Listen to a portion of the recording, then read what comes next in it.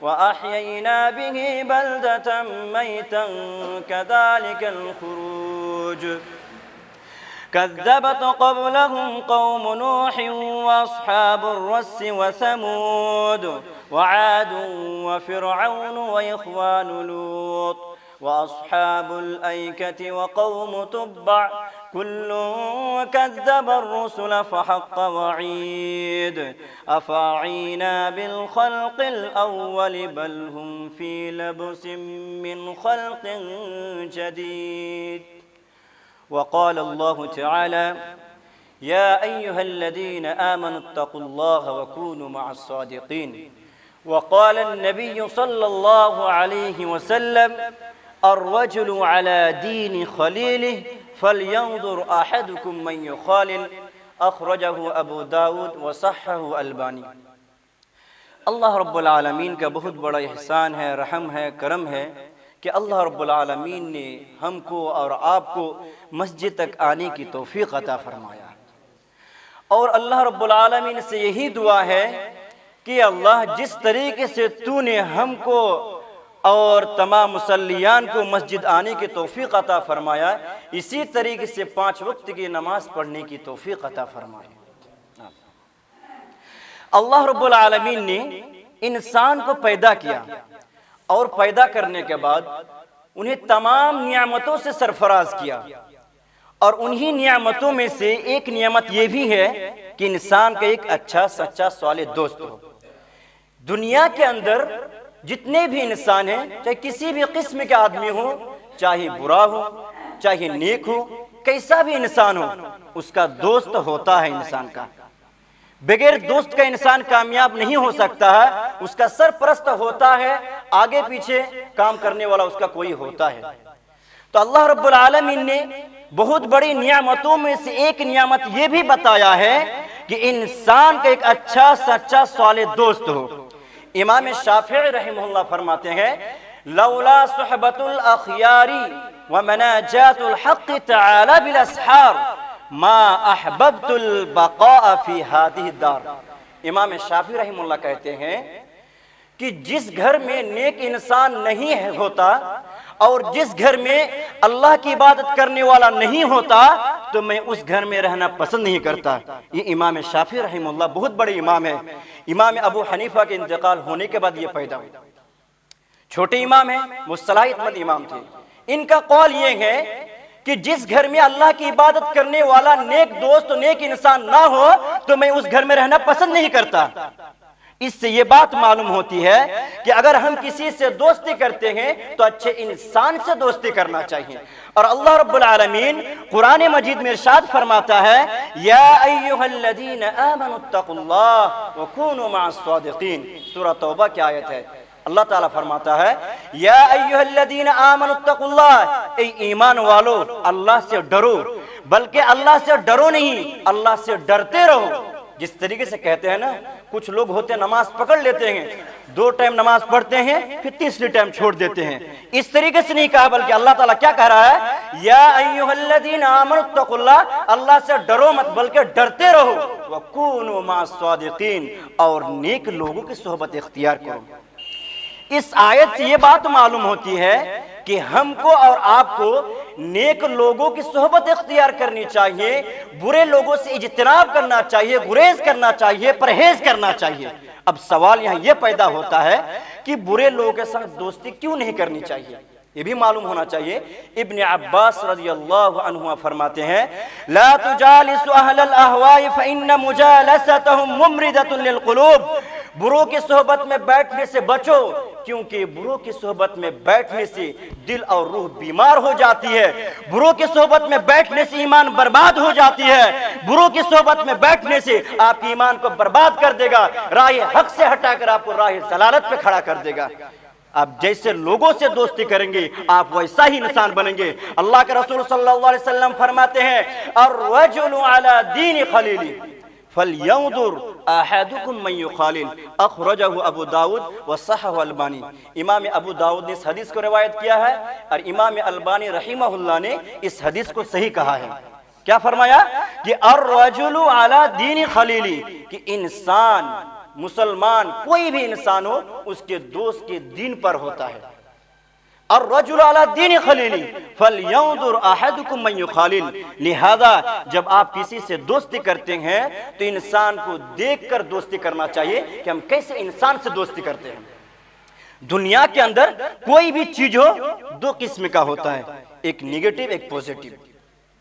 اسی طریقے سے دوست کے اندر انسان کے اندر بھی دو کیٹیگری کا انسان ہوتا ہے, چاہے انسان اچھا ہوگا چاہے انسان برا ہوگا.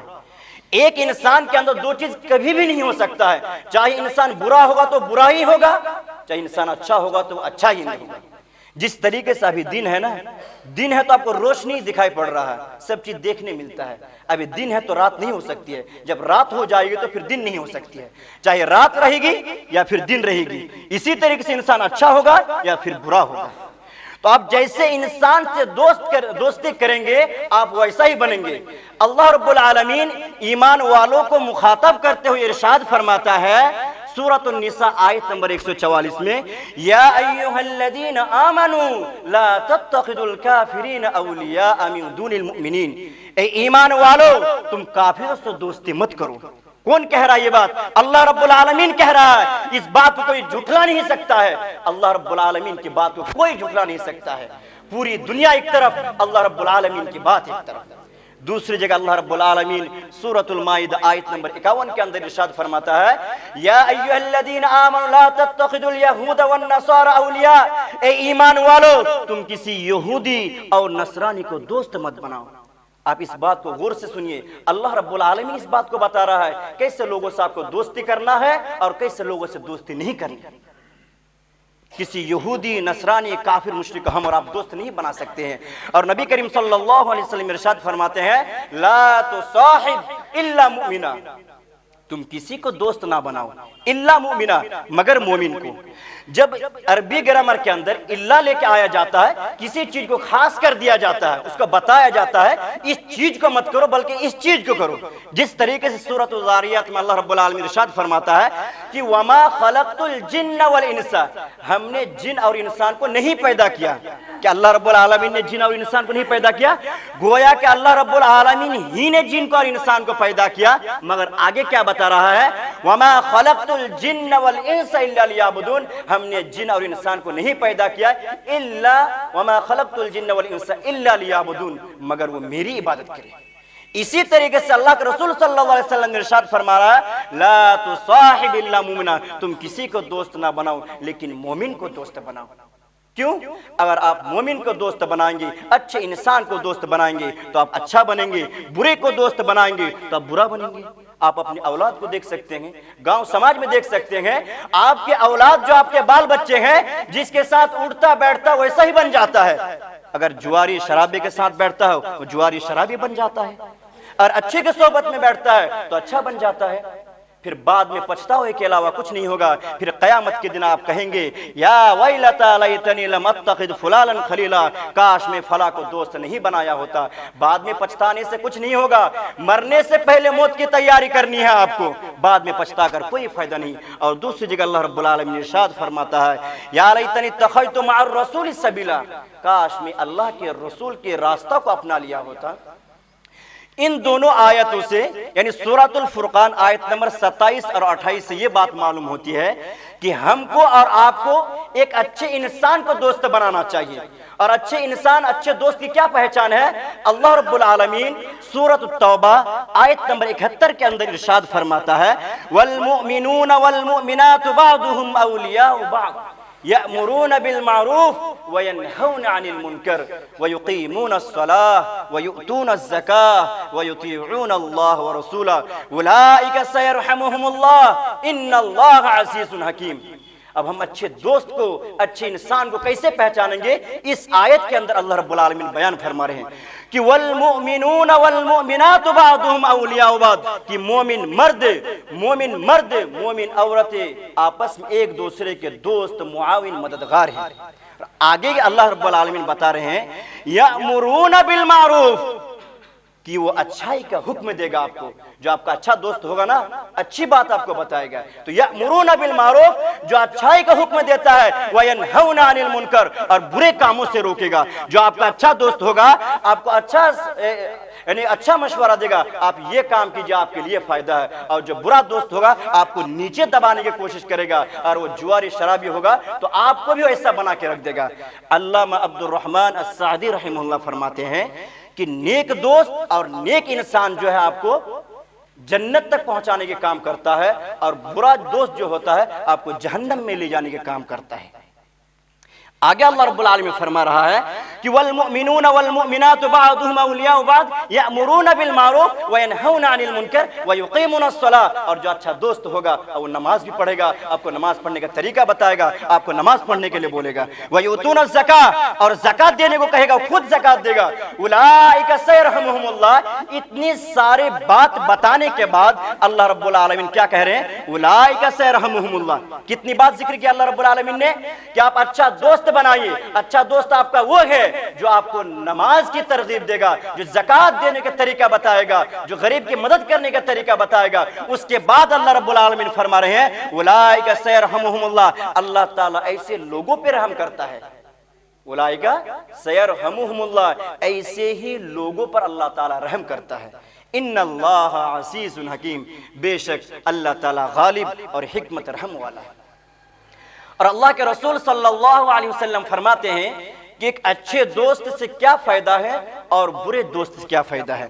بخاری شریف کی حدیث ہے, 5534 حدیث نمبر ہے. یعنی اس حدیث کا خلاصہ کلام یہ ہے کہ جو اچھا دوست ہوگا اور آپ اس کے پاس بیٹھیں گے تو آپ اچھا بنیں گے. اور دوسرا مثال یہ دیا گیا ہے, جو عطر بیچنے والا جب عطر بیچنے کے لیے آتا ہے, عطر بیچنے والے کے پاس آپ جب بیٹھیں گے اور آپ اس سے عطر نہیں خریدیں گے, اس کے پاس بیٹھنے سے آپ کو عطر کی خوشبو مل جائے گی. اگر آپ اس سے عطر نہیں خریدیں گے پھر بھی عطر کی خوشبو آپ کو مل جائے گی. یہ فائدہ ہوگا کم سے کم. اسی طریقے سے ایک مثال یہ بتایا, جیسے ٹھنڈی کا موسم ہے, ہم اور آپ بیٹھ کر آگ تاپتے ہیں. اب آپ کو یہ اندیشہ رہتا ہے اور ہم آگ کے قریب جائیں گے کہیں میرا کپڑا نہ جل جائے.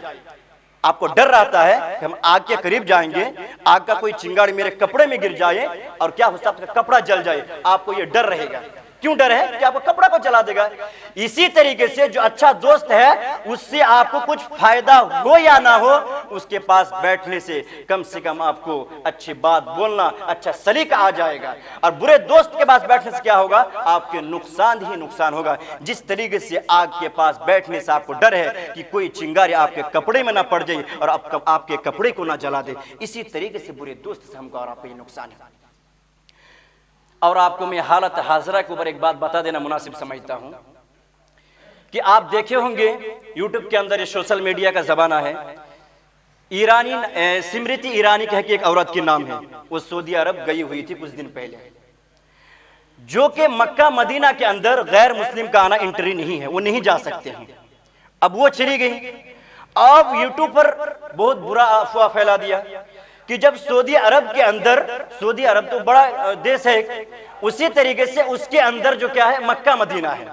سعودی عرب جانا کسی کو منع نہیں ہے, لیکن مکہ اور مدینہ کے اندر غیر مسلم کی انٹری منع ہے. اب وہ جو گئی ہوئی ہے سمرتی ایرانی, وہ ہندو ہے, اب اس کا جانا منع ہے. اب وہ کیوں چلی گئی؟ وہ بی جے پی کا ایک نیتا ہے اور اس کو حج منسٹر کا کوئی ذمہ داری دیا گیا ہے, وہ دیکھنے کے لیے گئی ہوئی ہے. اب اس میں بھی اختلاف ہے کہ سعودی والے کے ایمان کیسا کمزور انسان ہے کہ ایک غیر مسلم کو جانے کی اجازت دے دیا. میں یہ کہنا چاہتا ہوں ہندوستان کے عالم سے, آپ یہ غور کیجئے, کیا ہندوستان میں ہی بڑے عالم ہیں؟ سعودی عرب کے اندر بڑے عالم نہیں ہیں. وہیں سے تو ہمارا دین اور اسلام پھیلا ہے. ہندوستان کے اندر جو ایمان اسلام آیا ہے وہ سعودی عرب سے ہی آیا ہے. آپ کو معلوم ہونا چاہیے بات. وہاں بڑے بڑے عالم بیٹھے ہوئے ہیں, وہاں کیا کرنا چاہیے کیا ہونا چاہیے اس کو خود واقف معلوم ہے. ہم مانتے ہیں صرف ایک مسجد میں کوئی غیر مسلم نہیں جا سکتا, اس کے علاوہ دنیا کے اندر جتنی بھی مسجد ہے, چاہے پاکستان کی مسجد ہو, چاہے تاج محل ہو جائے یا پھر انڈیا گیٹ ہو جائے, یا اسی طریقے سے کیا کہتا آپ کا یعنی قطب مینار, اس بڑے بڑے مسجد جتنے بھی ہیں, مسجد نبی ہو گیا, مسجد اقصی ہو گیا, یہ سب بھی میں جا سکتے ہیں سوائے مسجد حرام کے. مسجد حرام میں نہیں جا سکتے ہیں کیونکہ قرآن کے اندر اس کی دلیل موجود ہے. اللہ رب العالمین سورہ توبہ آیت آیت نمبر 28 کے اندر فرماتا ہے یا ایھا الذین آمنوا انما المشرکون نجس فلا یقربوا المسجد الحرام بعد عامهم ھذا یا ایھا الذین آمنوا اے ایمان والو انما المشرکون نجس کہ مشرک ناپاک ہے فلا یقرب المسجد الحرام بعد عامهم ھذا وہ دنیا کے اندر جتنی بھی مساجدیں ہیں جتنی بھی مسجد ہے تمام مسجدوں میں جا سکتا ہے سوائے ایک مسجد کی وہ کون سی مسجد ہے وہ مسجد حرام ہے اب لوگ سوال یہاں بھی اٹھاتے ہیں کہ اتنے پیارا مسجد ہے اس مسجد میں نہیں جا سکتے ہیں تو اس مسجد کا نام اللہ رب العالمین نے حرام کیوں رکھ دیا اور دوسرا نام کیوں نہیں رکھا اللہ رب العالمین نے آپ کو معلوم ہونا چاہیے لفظ حرام جب بولا جاتا ہے ہم اور آپ یہی سمجھتے ہیں کہ حرام کے معنی ہوتا ہے کوئی چیز کو ہم اور آپ نہیں کھا سکتے ہیں مطلب حرام کے اندر اللہ رب العالمین نے منع کر دیا ہے یہ حرام چیز ہے اس کو ہم اور آپ نہیں کھا سکتے ہیں مثال کے طور پہ کہ جیسے گائے کا گوشت کھا سکتے ہیں یہ حلال ہے یہ سمجھ میں آتا ہے سور کا گوشت کھانا حرام ہے تو یہ سمجھ میں آتا ہے کہ یہ حرام ہے یہ نہیں کھا سکتے ہیں اسی طریقے سے انسان کا گوشت بھی کھانا حرام ہے اللہ رب العالمین نے سور کا گوشت کو بھی کھانا حرام بتایا ہے خنزیر کا انسان کا بھی گوشت کھانا حرام ہے دونوں کے لیے حرام لفظ استعمال کیا ہے لیکن سور کے لیے جو لفظ استعمال کیا ہے وہ کیا ہے بلکہ اس کے نیچے حقیر سمجھا گیا ہے اور انسان کا گوشت کھانا حرام جو بتایا گیا ہے انسان کو عزت بڑھانے کے لیے کہا گیا ہے اسی طریقے سے اللہ رب العالمین نے مسجد حرام کا نام جو مسجد حرام رکھا ہے حرام کے معنی ایک معنی یہ بھی آتا ہے ممنوع کرنا ممنوع یعنی منع کے معنی میں آتا ہے یعنی کسی چیز سے رک جانا منع کرنا لیکن لوگ اس میں بھی سوال اٹھاتے ہیں کیسے جانے کے لیے دے دیا گیا تو مسئلہ مسائل کو پہلے ہم کو اور آپ کو پڑھنا ہوگا جاننا ہوگا سمجھنا ہوگا کسی بھی چیز کو سن کر کسی دوسرے تک پہنچا دینا یہی کافی نہیں ہے بلکہ اگر آپ کے پاس کوئی حدیث آتی ہے کوئی بات آپ تک پہنچتی ہے پہلے آپ اس کی تحقیق کیجئے اس کے کہنے والے کون ہے آپ تک جس نے بات پہنچائی وہ کون ہے کیسے شخصیت ہے اس پہ اعتبار کیا جا سکتا ہے نہیں اس پر بھروسہ کیا جا سکتا ہے نہیں پھر آپ دوسرے تک پہنچائیے اللہ رب العالمین ارشاد فرماتا ہے یا ایھا الذین آمنو اے ایمان والو جب تمہارے پاس کوئی خبر آئے کوئی بات آئے تو اس کی تم تحقیق کرو اس کو تم دیکھو صحیح طریقے سے کہاں سے یہ بات آئی پھر دوسرے تک پہنچاؤ کیوں اور اس بات کی اگر آپ تحقیق نہیں کریں گے اگر وہ مسئلہ غلط ہوگا آپ اس کو بتا دیں گے تو وہی غلط کام کرتے رہے گا اور اس کا گناہ جو ہے آپ کو ملتا رہے گا ایک مثال یہ لیجئے ایک انسان نے 99 آدمی کو قتل کیا کتنے آدمی کو 99 آدمی کو قتل کیا اب ایک عالم سے فتویٰ پوچھنے گیا کہ میں نے 99 آدمی کو قتل کر دیا کیا میرا گناہ معاف ہو سکتا ہے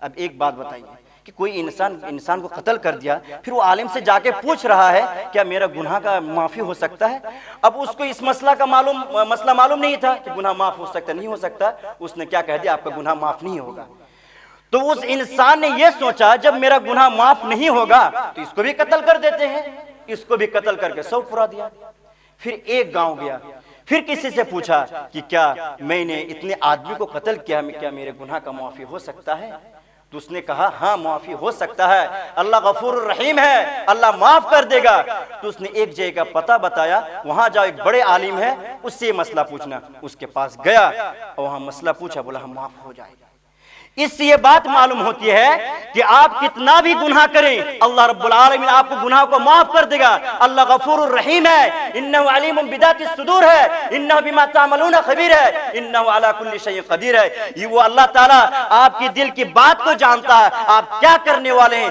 کیا سوچتے ہیں کیا کرتے ہیں اس چیز کو بھی اللہ رب العالمین جانتا ہے آپ سوچتے ہیں کوئی نہیں دیکھ رہا لیکن اللہ رب العالمین دیکھ رہا ہم اور آپ گناہ کرتے ہیں ہم اور آپ یہ سوچتے ہیں کوئی نہیں دیکھتا ہے اور آپ یہ سوچ لیں گے کہ اللہ ہم کو دیکھ رہا ہے تو آپ گناہ کرنا چھوڑ دیں گے میرے عزیز دوستو اور پیارے ساتھیوں بات بہت کرنی ہے اور وقت اجازت نہیں دیتی ہے اسی طرح سے جمعہ کا دن بھی ہے اور 26 جنوری بھی ہے جمعہ کا دن جو ہے آپ لوگ تھوڑا پہلے آیا کریں کیونکہ یہ بھی ایک عید کا دن ہے جمعہ کا دن آدم علیہ السلام اسی دن پیدا ہوئے اور اسی دن انتقال ہوا اور دیگر حدیث میں یہ بھی آتا ہے کہ جمعہ کے دن بھی قیامت آ سکتی ہے اللہ رب العالمین سے دعا ہے یا اللہ تو ہم لوگوں کو کہنے سننے سے زیادہ عمل کرنے کی توفیق عطا فرمائے۔ یا اللہ ہندوستان کے اندر جو مسلمانوں پہ ظلم کیا جا رہا ہے اللہ تو اس ظلم کو مسلمانوں کے سر سے اٹھا دیا اللہ۔ یا اللہ جو ظالم مسلمانوں پہ ظلم کر رہے ہیں یا اللہ تو اس ظالم کو تو ہدایت دے دے یا پھر اس ظالم کو تو اللہ تو نیست نابود کر دے۔ آپ کو یہ بات معلوم ہونی چاہیے کہ اللہ رب العالمین کے گھر کو توڑ کر مندر بنائے گئے، سب اس بات کو جانتے ہیں، لیکن پھر ایک بتا دینا مناسب سمجھتا ہوں۔ جیسے کہیں اللہ کا گھر ہے اس کو توڑ دیا گیا، توڑ کے وہاں مندر بنا دیا گیا، جہاں پہ عبادت ہوتی تھی، جہاں پہ سجدہ کیا جاتا تھا اس جگہ میں مندر بنا دیا گیا، اس جگہ میں لوگ ابھی کیا کرتے پوجا کریں گے۔ اللہ کی طرف سے کوئی عذاب نہیں آیا، اللہ رب العالمین کی طرف سے کوئی کرشمہ بھی دیکھنے کو نہیں ملا۔ آپ کے دل میں سوال پیدا ہونا چاہیے کہ وہ اللہ کا گھر ہے، میرا اور آپ کا گھر نہیں ہے، کس کا؟ وہ اللہ رب العالمین کا گھر ہے، بیت اللہ یعنی اللہ کا گھر، وہ اللہ کا گھر ہے۔ اللہ کا گھر کو توڑ دیا گیا، توڑ کر وہ مندر بنائی گئی جہاں پہ سجدہ کیا جا رہا تھا، اور اس جگہ میں آج کیا مندر بنا کر وہاں بت رکھا گیا، وہاں لوگ پوجا کر رہے ہیں۔ اللہ رب العالمین کی طرف سے کوئی عذاب یا کوئی کرشمہ کیوں نہیں آیا؟ یہ ہماری اور آپ کی ایمان کی کمزوری ہے۔ ہم اور آپ نماز نہیں پڑھتے ہیں، ہم اور آپ غریب کی خیال نہیں رکھتے ہیں، اور اسی طریقے سے مسجد سے ہمارا اور آپ کا تعلق نہیں ہے۔ اور ایک چھوٹی سی مثال دیتا ہوں، جیسے آج 26 جنوری ہے تو صبح 26 جنوری ہوا، کسی کو دعوت نہیں ملی تھی، صرف لوگوں کو معلوم تھا کہ آج 26 جنوری ہے، بغیر دعوت کے لوگ وہاں پہنچ گئے۔ کیوں پہنچ گئے؟ کہ کچھ کھانے کو ملے گا۔ اس طریقے سے ہم کو ایسا لگ رہا ہے اگر نماز کے اندر بھی اگر ایسا کوئی فارمولا رکھا جاتا یا کوئی ایسا سسٹم رکھا جاتا ہے کہ آپ جتنے وقت کی نماز پڑھیں گے اتنے وقت آپ کو پیسہ ملے گا، اور زیادہ تہجد پڑھیں گے تو اور زیادہ پیسہ ملے گا، تو لوگ اور زیادہ آتے نماز پڑھنے کے لیے، ایسا لگ رہا ہے۔ لیکن اللہ رب العالمین آپ کا امتحان لے رہا ہے۔ الدنیا سجن المؤمن و جنت الکافر، یہ دنیا جو ہے نا مومن کے لیے قید خانہ ہے اور یہ کافر کے لیے جنت ہے۔ ہمارے لیے آپ کے لیے جنت نہیں ہے، ہمارے لیے اور آپ کے لیے جنت آخرت میں ہے۔ اس کی تیاری ہم کو اور آپ کو یہاں کرنی ہوگی، اور پہلا ستون وہی نماز ہے، اور آپ کے اندر نماز نہیں ہے تو آپ کے اندر کچھ بھی نہیں ہے، کیونکہ اللہ رب العالمین نے قرآن کے اندر بہت سارے چیزیں ذکر کی ہیں، لیکن اس سے پہلا اللہ رب العالمین نماز کا ذکر کیا ہے۔ ایک چھوٹی سی مثال لے لیجئے، اللہ رب العالمین فرماتا ہے قل ان صلاتی و نسکی، اے ایمان والو، اے نبی صلی اللہ علیہ وسلم کا اللہ رب العالمین کہلوا رہے ہیں، اے نبی کریم صلی اللہ علیہ وسلم آپ کہہ دیجئے ان صلاتی، بے شک میری نماز، و نسکی میری قربانی، و محیایا و مماتی للہ رب العالمین، تمام چیزیں اللہ رب العالمین کے لیے ہے۔ اللہ رب العالمین نے اس آیت میں پہلے نماز کو لے کے آیا پھر قربانی کو لے کے آیا، مطلب صلاتی میری نماز و نسکی میری قربانی۔ صلات کے معنی ہوتا نماز اور نسک مطلب ہوتا قربانی، صلاتی و نسکی۔ اللہ رب العالمین اس جگہ میں پہلے نماز کو لایا پھر قربانی کو لایا، تو اس سے معلوم ہوتا نماز کی زیادہ اہمیت اور فضیلت ہے۔ اور ایک مثال لے لیجئے، اللہ رب العالمین ایک چھوٹی سی سورت کے اندر ارشاد فرماتا ہے اِنَّا أَعْطَيْنَاكَ الْكَوْثَرَ فَصَلِّ لِرَبِّكَ وَانْحَرْ، فَصَلِّ لِرَبِّكَ سے مراد جو ہے نماز ہے، اور وانحر سے مراد قربانی ہے۔